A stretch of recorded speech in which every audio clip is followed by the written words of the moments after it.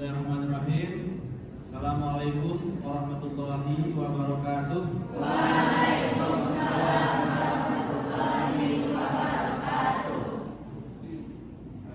Alhamdulillah, saya senang sekali berada di Batu Sangkar. Ini yang kedua ya. Tahun lalu saya juga memberikan kuliah umum. Ada yang hadir tahun lalu? Hadir di kuliah umum saya tahun lalu ada? Itu terkait dengan apa ya? Big data ya. Oke. Hari ini saya akan memberikan kuliah umum terkait dengan judul dampak artificial intelligence terhadap dunia usaha dan industri. Jadi sekarang ini kita hampir seluruh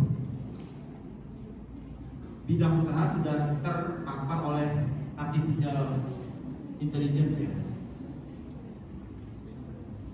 Dulu ada industri 1.0, industri 2.0, 3.0, 4.0. Sekarang kita sudah menjelang masuk ke industri 5.0. Yang mana di dalam industri 5.0 ini itu di drive oleh artificial intelligence. Okay. Jadi dari Ibu Citra, Bu Kaprodi, dia minta topiknya terkait dengan artificial intelligence. Oke, no worries. Next, sebelum saya masuk, saya jelaskan sedikit. Next. Nah, saya akan menjelaskan terlebih dahulu apa itu artificial intelligence. Next. Nah, apa yang dimaksud dengan artificial intelligence? Jadi artificial itu adalah sesuatu yang tidak natural. Jadi artificial, ya, sesuatu yang bukan natural, artinya dibuat artificial ya, tiruan. Artificial itu tiruan. Kemudian intelligence adalah kemampuan untuk mendapatkan pengetahuan, ya, intelligence. Kemudian artificial intelligence adalah kemampuan yang dapat mesin yang dapat meniru kemampuan intelligence manusia. Jadi ke depan AI itu akan banyak mesin-mesin yang akan meniru kemampuan manusia sehingga pekerjaan manusia itu bisa digantikan oleh mesin. Pekerjaan manusia bisa digantikan oleh mesin.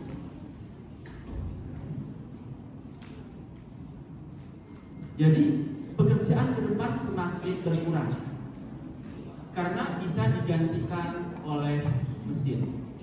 Jadi apakah kita akan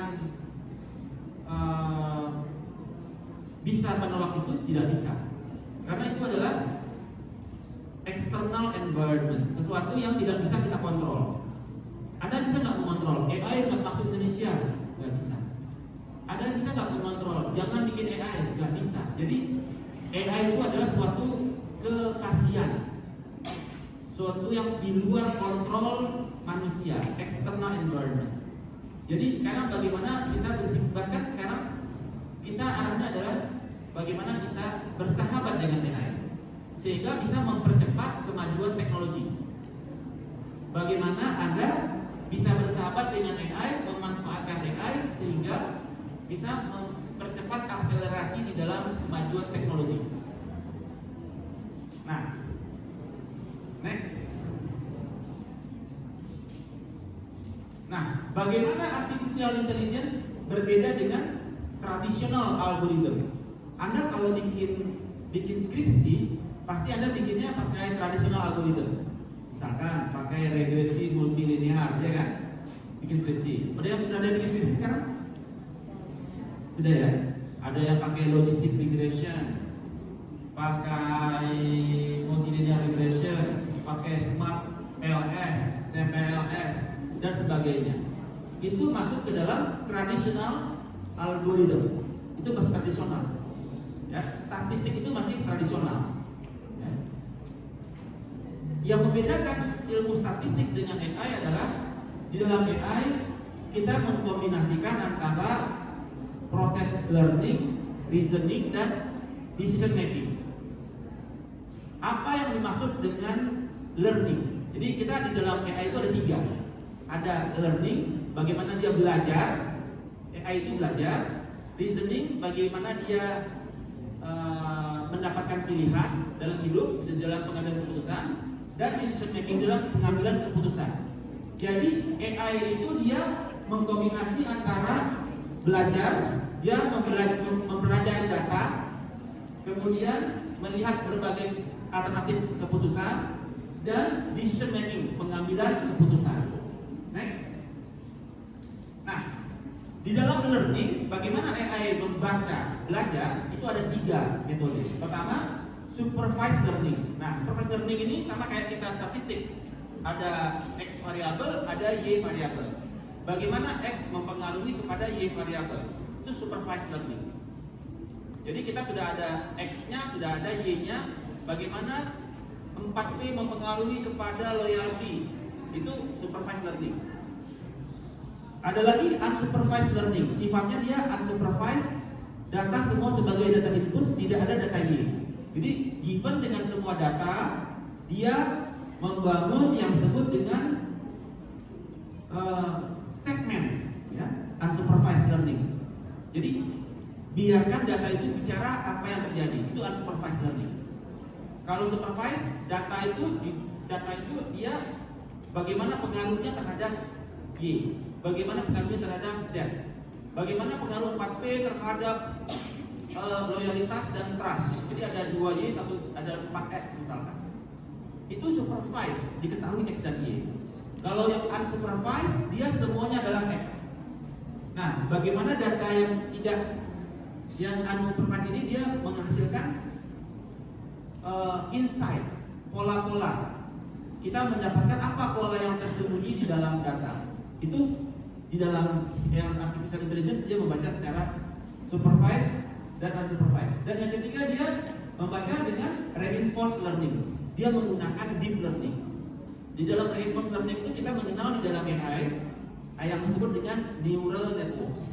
Jadi suatu pemodelan yang lebih cutting edge. Cutting edge itu dia lebih maju ya, menggunakan neural network. Neural itu neuron. Jadi dia membaca pilihan, membaca banyak pilihan di dalam pengambilan keputusan. Oke, sebelum saya teruskan, saya tanya dulu. Kalau nggak bisa jawab, saya minta menyanyi. Ya, saya tanyain, kalau Anda nggak bisa jawab, Anda nyanyi satu lagu, satu bait. Apa yang disebut dengan supervised learning? Saya tunjuk ya. Gitu, silakan. Yang lagi sekam. Yang cowok ya itu Anda ya. Apa yang disebut dengan supervised learning? Gak tahu? Satu lagu. Nanti nyanyi ya. Silakan. Apa yang disebut dengan supervised learning? Ya, tempatnya.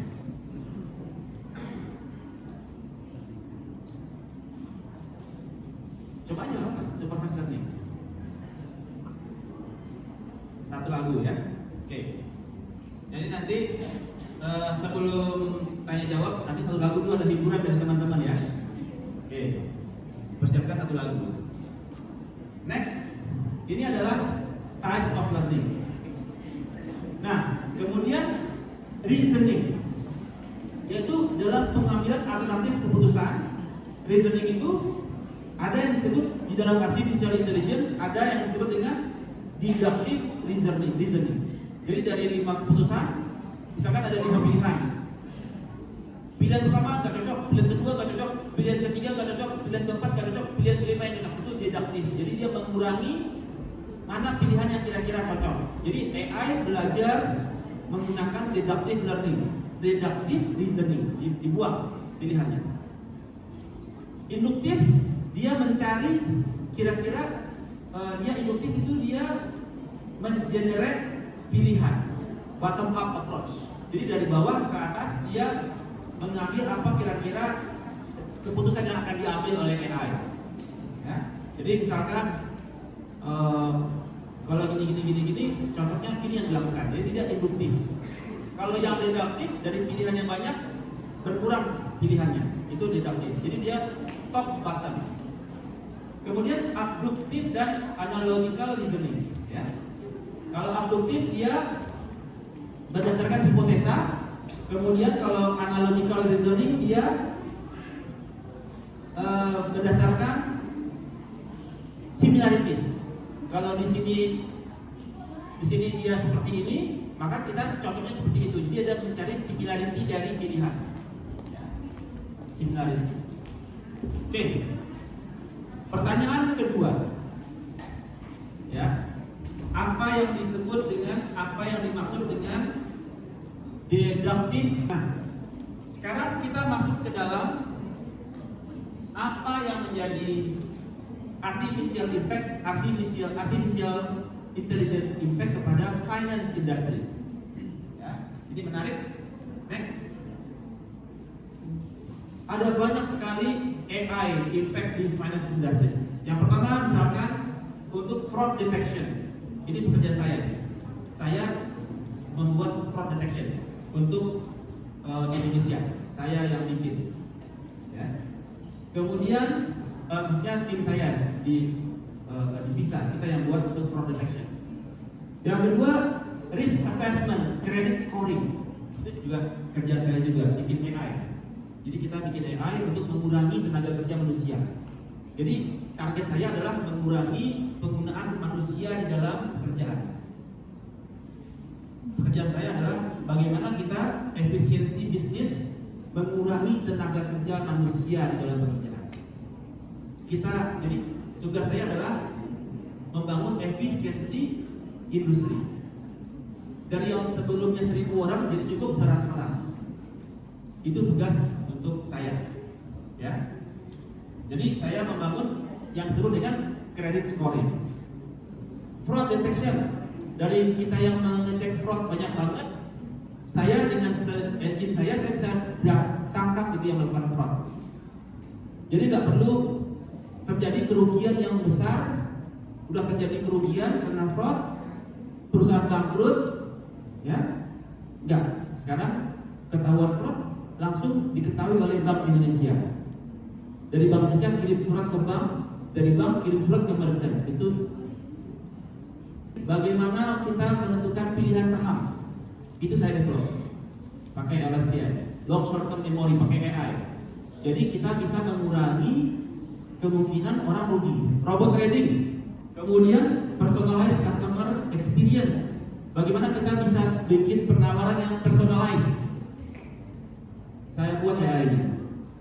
Credit scoring underwriting, saya buat AI. Robot advisory services, mengimprove operational efisiensi.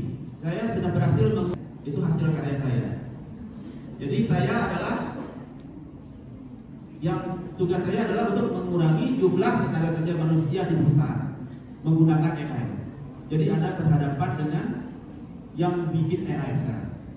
Cita-cita saya adalah efisiensi se-efisien mungkin, sehingga perusahaan mengalami keuntungan yang sebesar mungkin. Keren nggak tugas saya? Keren nggak? Keren ya? Nggak bikin banyak orang dipecat?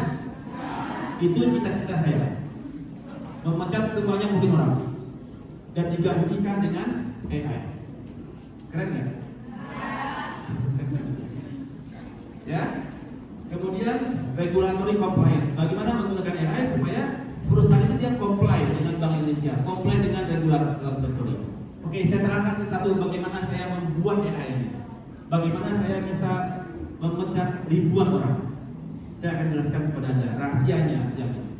Ya. Jadi Anda tahu bahwasanya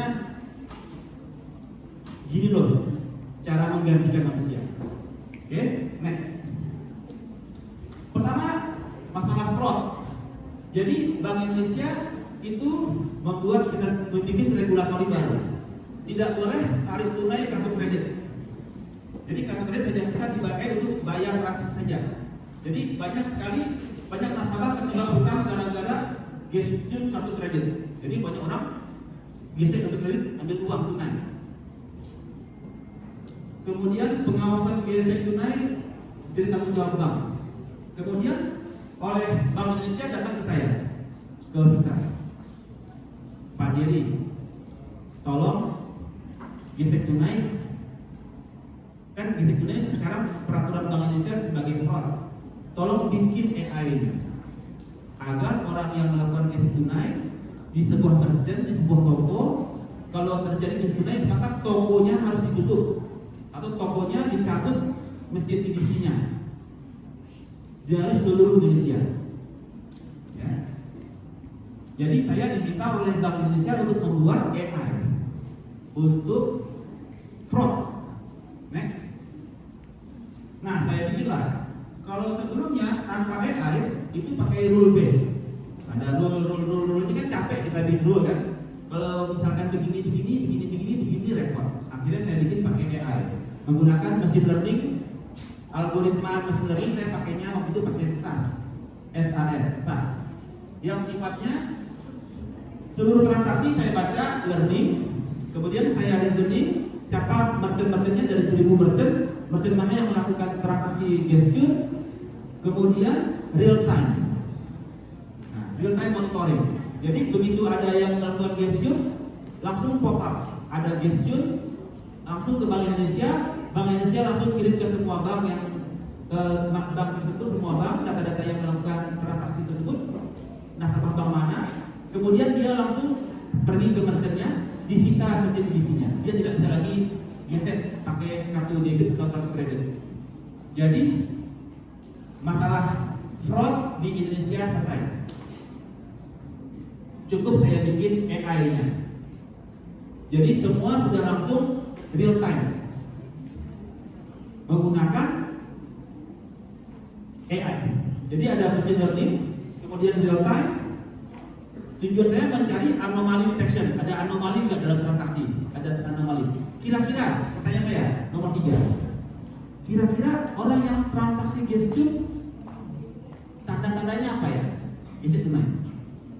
Ada yang tahu? Coba. Siapa yang tahu? Bagaimana Anda tahu orang transaksinya gesek tunai? Gesek kartu kredit, minta uang. Ada yang tahu nggak? Nggak tahu. Oke. Jadi kalau transaksinya itu dia genap bulan 100.000, dia transaksi di Uniqlo misalnya, transaksinya 100.000, itu udah pasti gesek tunai. Karena kalau kita belanja di merchant pasti kena pajak kan? 10% kan, nggak mungkin angkanya bulat kan. Nah itu juga salah satu yang anomali detectionnya, anomali yang terjadi di dalam transaksi. Kenapa angkanya bulat? Itu sudah diterapkan di Indonesia dan sampai sekarang masih dipakai itu AI yang saya buat. Next. Nah, credit scoring for financial inclusion solution. Jadi kalau sekarang kita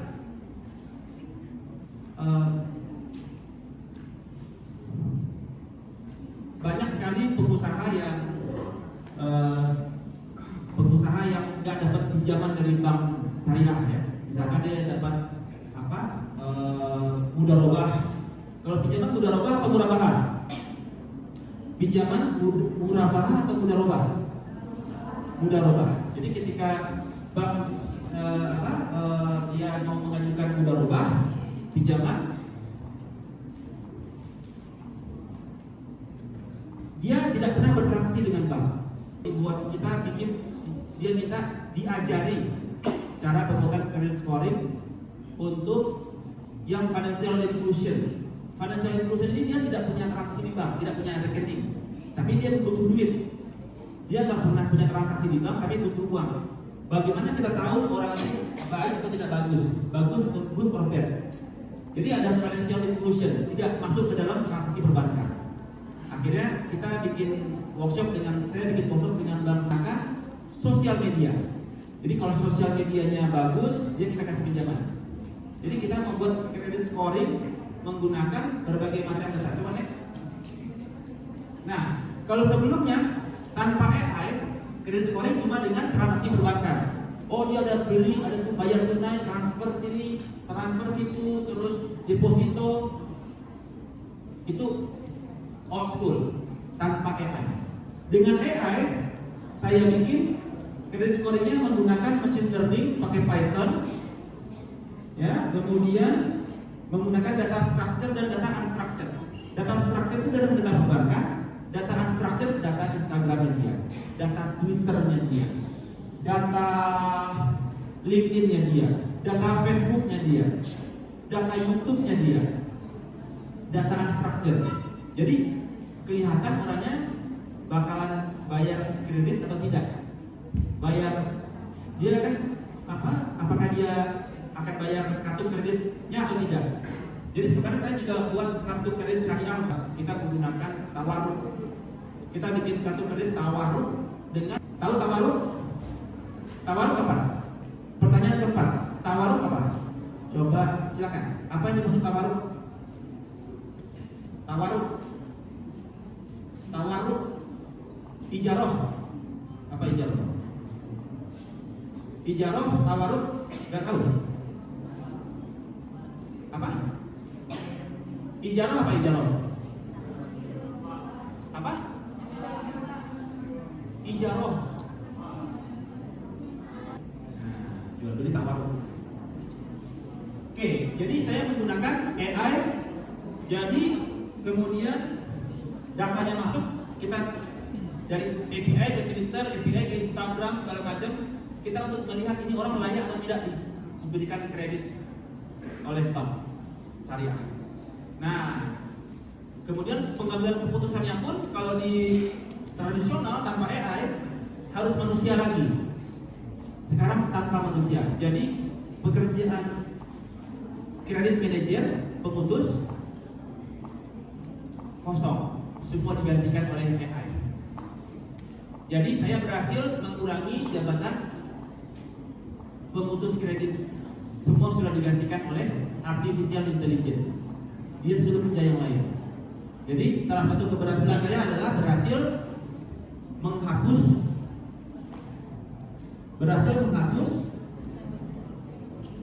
pekerjaan. Pekerjaan itu dicoret karena sudah digantikan oleh AI. Cita-cita saya mulia apa tidak mulia? Mulia atau tidak mulia cita-cita saya? Menggantikan manusia dengan AI. Tidak mulia? Mulia dong. Mempermudah kan? Bisa kerja yang lain kan? Ya. Oke, credit scoring. Jadi saya sudah selesai proyek saya di bank, berhasil mengurangi lapangan kerja. Ya, di bagian kredit sudah digantikan oleh AI sekarang, artificial intelligence. Jadi kalau Anda mau, ya, next. Nah, kemudian saya diminta lagi bikin robot trading. Robot trading. Bagaimana bikin memilih stok saham yang pasti untung. Jadi kemungkinan judinya berkurang. Jadi udah pasti untung. Nah, ketika saya belajar corporate finance itu ada CAPM. Tahu kan CAPM? Capital Asset Pricing Model. Siapa yang sudah belajar corporate finance? Corfin, margin keuangan, belum belajar? Belajar? Sudah? Corporate 1 2 udah belajar? Semester 6. Siapa yang sudah semester 6 udah lewat? Oke, apa yang dimaksud dengan CAPM? Capital Asset Pricing Model. Capital Asset Pricing Model itu terhadap equity atau kepada debt? Capital Asset Pricing Model berlaku kepada equity atau debt? Coba silakan jawab. Apa rumus CAPM? Mana nih? Apa rumus? Kalau nggak bisa, satu lagu. Apa rumus CAPM? Sebelumnya mohon maaf Pak, saya masih semester 4 belum belajar. Oke, yang semester 6 kasih ke teman yang sudah lewat semester 6. Jadi ketika saya diminta untuk membuat robot trading, ada dua alternatif. Pertama menggunakan CAPM. CAPM itu dia tradisional, bukan AI. Jadi ini salah satu jurnal saya ya. Jurnal saya bagaimana kita menentukan pemilihan saham menggunakan CAPM. Ya. Jadi CAPM sama dengan risk free ditambah beta dikali market return dikurangi risk free. Nanti apabila dia risk expected return-nya dia itu lebih tinggi daripada return-nya dia, maka dia disebut memiliki efisiensi, bisa dibeli. Ya, itu menggunakan tradisional metode, menggunakan CAPM untuk penentuan saham yang bagus untuk kita beli. Jangan beli saham kalau Anda belum hitung CAPM. Ya. Nah, kemudian saya minta bikin AI. Next. Saya menggunakan LSTM. Jadi saya menggunakan Long Short Term Memory Artificial Intelligence. Menggunakan LSTM untuk robot trading. Jadi saya bikin decision making techniques using LSTM. Ya. Bagaimana cara bikin penentuan saham menggunakan LSTM, menggunakan neural network. Jadi saya bikin AI untuk main robot trading. Jadi saya yang bilangin ini pasti untung, ini pasti rugi. Engine AI saya sudah bisa hitung. Ya. Oke. Nah, jadi AI untuk robot trading udah selesai. Next. Nah, bagaimana caranya kalau pakai without AI, pakai CAPM, Capital Asset Pricing Model. Karena nanti di semester 6 belajar ya, itu penting CAPM. Belajar sama Bu Citra. Kemudian menggunakan AI, saya pakai long short term memory, pakai neural network. Jadi dia menggunakan machine learning, pakai Python, algoritma untuk trading selesai menggunakan AI. Sehingga pekerjaan stock analis dipecah. Nggak perlu lagi analis. Saham ini mau naik, saham ini mau turun, tinggal beli aja saya punya AI. Jadi pekerjaan stok analis berkurang, sudah digantikan oleh AI. Banyak nggak pekerjaan stok broker gitu, analis begitu? Banyak. Jadi berapa orang yang bilang kerja gara-gara saya? Lumayan lah ya, ya kan? Next. Nah, siapa yang akunting? Ada jurusan akunting nggak? Nggak ada ya? Di sini ada yang akunting. Nah. Kemudian saya, bagaimana dampak artificial intelligence kepada accounting industries? Bagaimana AI apa yang saya buat di accounting? Next. Nah, ada banyak sekali aplikasi AI di accounting. Pertama, untuk otomasi. Untuk otomasi, jadi kalau ada kerja nanti di bagian account payable, account receivable kan nyatat invoice masuk. Ada account payable catat, data inputter ya, untuk input data ya, itu sudah diganti dengan automation. Gak perlu lagi manusia akuntansi yang nyatat APAR, sehingga pekerjaan APAR coret. Pada kehilangan pekerjaan. Data analis dan insight, bikin laporan keuangan. Di automation itu juga data keuangan juga otomatis. Kemudian data analysis insight untuk performa perusahaan. Saya bikin AI untuk melihat performa perusahaan. Gak perlu lagi analis, coret kerjaan. Bikin forecasting pakai AI. Bikin compliance AI, audit AI. Semua udah digantikan AI. Jadi pekerjaan accounting nanti udah gak menarik lagi. Seru gak? Digantikan AI semua. Contoh yang saya bikin, next.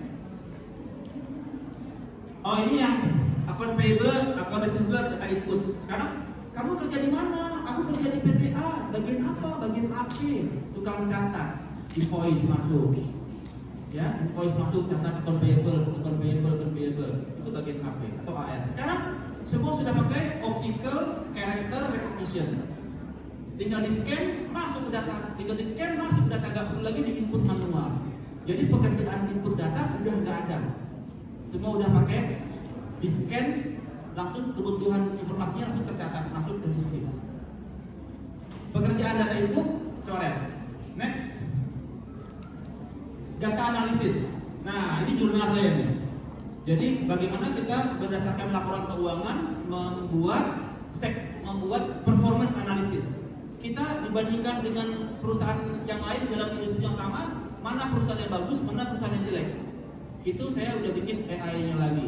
Jadi nanti Anda tinggal masuk ke aplikasi saya, input nama perusahaannya, Bank BCA. Dibandingkan dengan semua bank, dia kinerjanya peringkat pertama, 2, 3, atau 10. Sudah saya bikin AI-nya. Asik gak? Pekerjaan data analis coret digantikan oleh AI yang saya bikin. Jadi cita-cita saya memperbanyak PHK di Indonesia. Beri nggak? Seru kan? Seru ya? Membuat banyak orang di PHK, seru nggak? Saya senang gitu. Kenapa ya? Saya hobi bikin orang di PHK, bikin orang dipecat, bikin orang nggak punya kerja, digantikan semua dengan AI. Next. Nah, jadi kalau manual, kalau tanpa AI semua manual. Butuh manusia buat kerjain. Sama saya bikin AI, saya otomasi, pakai machine learning, saya skala pintunya saya tingkatin, akurasinya saya tinggiin. Selesai. Nggak perlu lagi tenaga manusia. Coret, ganti sama AI. Wah, ya kan? Next. Nah, sekarang bagaimana dampak AI di media industries? Bagaimana dampak AI di media? Ya, next. Jadi kemarin, oke, ada yang disebut dengan di media itu ada yang disebut dengan virtual presenter. AI sudah bisa bikin virtual presenter, nggak perlu lagi tuh Bayu Adrianto, Gita Manohara, Tisa Novensi, siapa tuh artis apa? Presenter itu nggak perlu lagi. Coret, pekerjaan host TV coret digantikan dengan virtual presenter, ya kan? Kemudian speech recognition, content creation. Saya punya YouTube channel, udah tahu kan, udah pernah subscribe belum kemarin? Oh, belum pernah subscribe ya? Nah, sekarang saya bikin konten pakai AI. Gak perlu lagi saya capek bikin konten. Saya cukup pakai avatar siapa gitu, ngomongin topiknya, artikelnya dibikin oleh AI, terus dipindah suarakan oleh AI, dirender oleh AI, jadi konten. Semua dikerjakan AI. Gak capek, selesai oleh AI semua. Content creation sekarang sudah dibuat oleh artificial intelligence. Di TV bikin konten pakai AI, nggak perlu bayar artis. Jadi pekerjaan artis coret, nggak perlu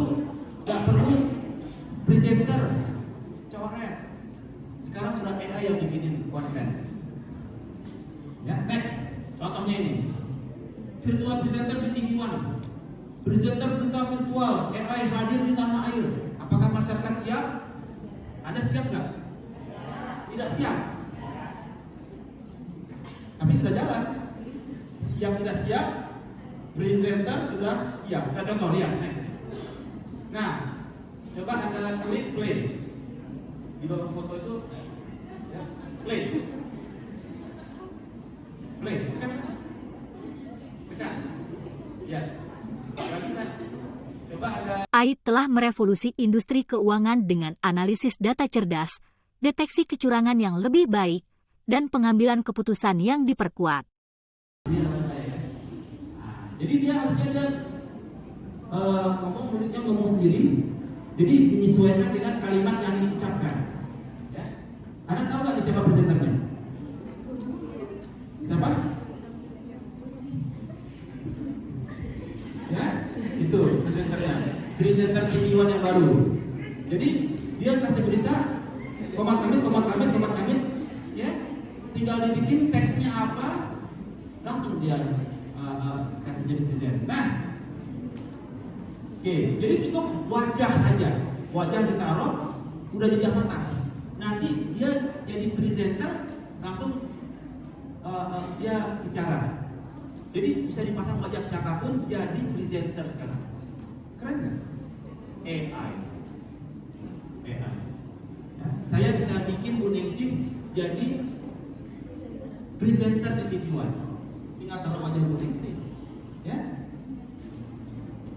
Jadi pekerjaan presenter coret. Sekarang semua digantikan oleh avatar. Next. Kemudian apa yang telah saya lakukan di dalam mengurangi jumlah tenaga kerja di marketing? Bagaimana AI saya bikin di dunia marketing? Next. Nah, segmentasi dan personalization saya bikin AI-nya. Predictive analytics AI-nya. Chatbot, content creation, marketing automation, visual recognition, targeting. Next. Ini contohnya. Jadi sekarang kalau Anda ke bank, misalkan Anda ke bank, Anda datang ke bank, siapanya Adit ya? Adit datang ke bank. Saya Adit, saya mau store duit. Dia akan melakukan clustering, segmentasi melihat Adit ini cocok untuk produk apa di bank. Itu AI-nya sudah saya buatkan. Anda akan diketahui oleh bank cocoknya untuk produk apa. Next. Jadi saya membuat jurnal. Ada saya bikin jurnal untuk clustering menggunakan AI. Jadi proyek saya itu saya bikin clustering model, kemudian saya bagi segmen, dapatkan persona, datang si Adit. Bagaimana AI mengetahui Adit masuk ke segmen yang mana? Itu disebut dengan Euclidean distance, mengukur jarak antara koordinat Adit dengan centroid dari masing-masing cluster. Nanti AI akan melihat, oh Adit ini cocok untuk satu produk deposito karena jarak Euclidean dari Adit dekat dengan segmen tertentu. Jadi di dalam marketing sekarang udah nggak zaman bikin segmentasi manual. Kira-kira segmennya apa? Tako-tako, nggak ada lagi. Ya, semua harus menggunakan AI, menggunakan AI, menggunakan clustering ditambah dengan Euclidean distance, kemudian secara otomasi nanti si avatar dari si banknya tersebut, setiap bank sekarang punya avatar kan? Mandiri namanya Mita, siapa lagi tuh? Caroline. Nah, si Caroline ini nanti yang menawarkan ke Adit. Halo Adit, Anda saya untuk mendapatkan produk deposito karena AI saya. Jadi front end-nya adalah si Mita. Front end-nya adalah si Caroline yang menyampaikan, si avatar yang menyampaikan, tetapi di belakangnya AI-nya berjalan. Mita itu AI kita, tetapi di belakangnya adalah machine learning yang belajar mengenai transaksinya si Adit. Oke, pertanyaan keempat. Gak bisa jawab satu lagu. Apa yang dimaksud dengan clustering? Siapa yang bisa jawab? Yang di kiri, ya. Rizky Febian, silakan. Ya, silakan. Apa yang dimaksud dengan clustering? Satu lagi ya, siapin. Berikutnya, ini. Mbak, siapa ini yang ini depan? Apa yang disebut dengan clustering? Ya, kamu. Ya, apa yang dimaksud dengan segmentasi clustering? Jawab aja. Satu lagu. Oke, satu lagu ya. Nah, oke. Jadi dengan adanya AI ini, efisiensi bank semakin bagus. Kenapa? Kenapa efisiensi semakin bagus di bank? Dengan ada segmentasi, persona, Euclidean distance, bank semakin beruntung. Kenapa kira-kira? Silakan dijawab. Silakan. Kenapa bank semakin beruntung dengan AI untuk segmentasi? Aspeknya. Kira-kira kenapa? Kenapa bank sangat beruntung dengan adanya AI ini, segmentasi? Kira-kira? Pikir. Jangan berpikir. Jangan berpikir. Kenapa bank beruntung menggunakan segmentasi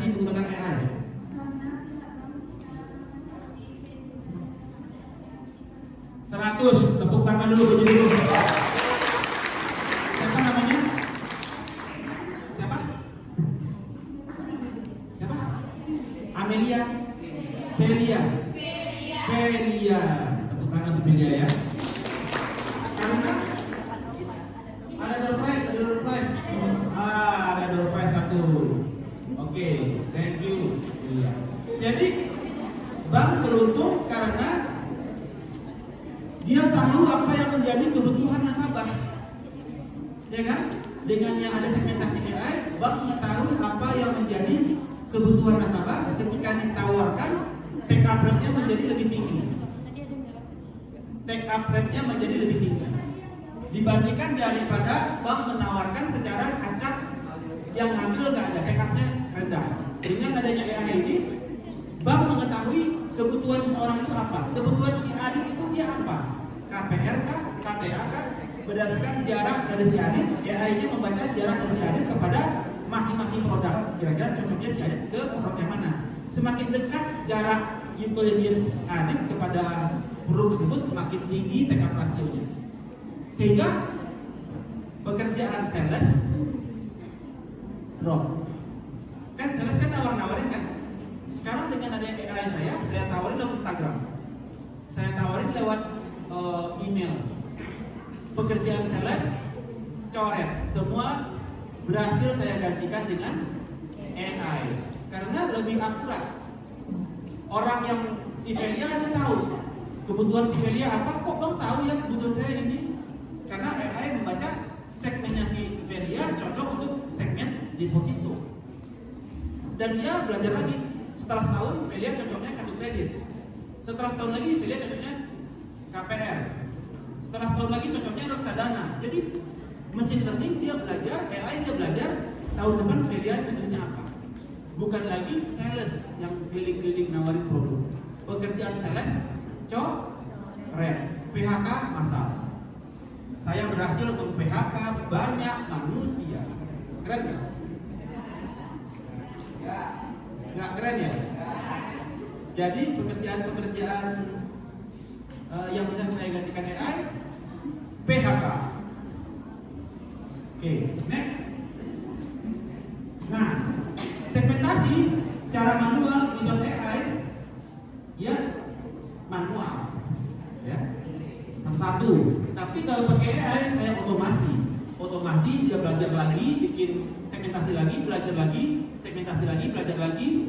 Ketika dia belajar, putusan tawarin tahun depan si Velia udah kerja, dipelajari lagi, segmentasinya masuk lagi, dia belajar terus. Jadi si Velia bakal diikutin terus sampai kapanpun. Segmentasi dia masuk terus. Produk apa lagi. Ujungnya produk holding Velia bertambah. Dari yang pertama punya tabungan, produk holdingnya jadi punya kayak deposito, punya mortgage, punya reksadana, dan seterusnya. Semakin tinggi produk holding seseorang, keuntungan bank semakin banyak produk holding, keuntungan bank semakin besar. Ya. Oke. Jadi dengan adanya AI ini pekerjaan bisa dibasmi. Cukup pakai AI saja. Di bank lagi nanti berubah. Jadi happy kan? Happy. Next. Nah, sebelum saya masuk ke ketiga ini, pertanyaan. Apa yang dimaksud dengan product holding? Apa yang dimaksud dengan product holding? Tadi kan saya sampaikan tadi kan? Apa yang dimaksud dengan product holding? Mana Mik? Silahkan ini, uni yang ini. Ya, itu. Apa yang dimaksud dengan product holding? Nasabah. Apa? Coba jawab aja. Apa aja? Apa yang disebut product holding? Satu, kalau enggak mau pilih nyanyi atau mau jawab? Nyanyi. Mau pilih nyanyi atau jawab? Apa yang dimaksud product holding? Saya kalau ngajar di kelas kerjanya menyanyi semua ya. Gak ngerti ke depan nyanyi, gak ngerti ke depan nyanyi. Jadi sehari itu kita dengar orang nyanyi aja sehari-hari. Satu kelas itu saya kalau nggak ngerti saya tanya semua nyanyi. Waduh, silakan. Mau nyanyi, mau jawab? Mau? Mau nyanyi, mau jawab? Kalau mau jawab, jawab. Nyanyi. Bilangin, mau nyanyi, mau jawab. Bicara ini, jangan. Apa yang disebut produk holding? Mau nyanyi, mau jawab? Ya bilang lah, nyanyi Pak. Yang keras, nyanyi Pak. Nyanyi Pak, oke, kita nyanyi dia ya, oke. Siapkan lagunya nanti di sini ya. Oke, produk holding adalah jumlah produk yang dimiliki seorang nasabah. Wajar. Oke, gampang kan? Nah, sekarang Anda sebagai asatid. Anda sebagai asatid, tahu nggak asatid apa? Tahu kan? Apa asatid? Asatid apa itu? Asatid, ustadz, asatid, apa atas asatid? Di sini belajar nahu sorof kan? Hah? Belajar nahu sorof kan? Wazan-wazan itu nggak belajar? Astaga, gimana baca kitab kuning ini nanti nih? Bagaimana baca kitab syariah? Semua kitabnya bergundul semua, nggak bisa nahu sorof. Bacanya kitab Latin. What should the students asatids prepare for AI challenge? Apa yang harus Anda persiapkan? Ya, next. Pertama adalah matematika dan statistik harus kuat. Ya. Euclidean distance matematika, Chemins clustering statistik, ya. Logistic regression statistik, apalagi multilinear regression, ya. Statistik, matematika dan statistik harus kuat untuk bisa berhadapan dengan AI. Yang kedua, programming skill. Anda bisa programming skill apa? Ya, misalkan Python, bisa Python nggak? Bisa SAS nggak? Bisa R nggak? Harus bisa salah satu. Kemudian machine learning fundamental, ya, machine learning. Anda bisa machine learningnya fundamentalnya harus kuat, kayak Python gitu ya. Library-nya paham, scikit-learn, ya, segala macam. Data handling, bagaimana Anda komunikasi dengan data, bagaimana membuat dan mempersiapkan data untuk AI. Karena hubungannya dengan big data. Tadi Bu Wakil Dekan sudah bicara ya. Big data, semua ada di big data. Bikin AI ke big data lagi, ya. Jadi bagaimana Anda fitur engineering, data apa saja yang dibutuhkan, feature engineering. Deep learning menggunakan neural network. Anda harus kuasai neural network. Belajar neural network untuk membuat AI butuh neural network. Ya, saya membuat Anda bukan sebagai user ya, Anda sebagai pembuat AI. Karena nanti kalau Anda kalau Anda digantikan AI atau mending Anda kayak saya bikin AI gitu ya. Kalau Anda bikin AI, Anda yang mencet orang lain. Anda pilih dipecat atau pecat? Anda pilih dipecat atau yang mencatin? Yang pecat. Kalau mau yang jadi yang mencat, bikin AI. Kalau mau yang dipecat, jadi korban AI. Anda mau jadi korban atau yang berkorban? Yang berkorban. Jadi deep learning, neural network. Kemudian natural language processing. Ya. Natural language processing untuk data structure. Jadi kayak data-data sentimen analisis, ya. Bagaimana AI membuat sentimen orang ini sebetulnya bagusnya. Ini orang sentimennya gimana sih? Positif atau negatif menggunakan AI. Data ethics, privacy. Nah, problem solving. Saya ada fraud, saya bikin problem solving. Main trading kalah, bikin problem solving, bikin AI. Jadi AI sebagai problem solving. Ya. Bagaimana perasaan menghapus lapangan kerja sebagai problem solving. Nah, itu juga keren kan? Pekerjaan ini dihapus sebagai problem solving, digantikan oleh AI. Continuous learning. Jangan ada berhenti belajar. Saya sampai sekarang lagi belajar lagi bikin metaverse. Saya sekarang lagi continuous learning bikin metaverse. Saya bikin mall pakai Roblox Studio.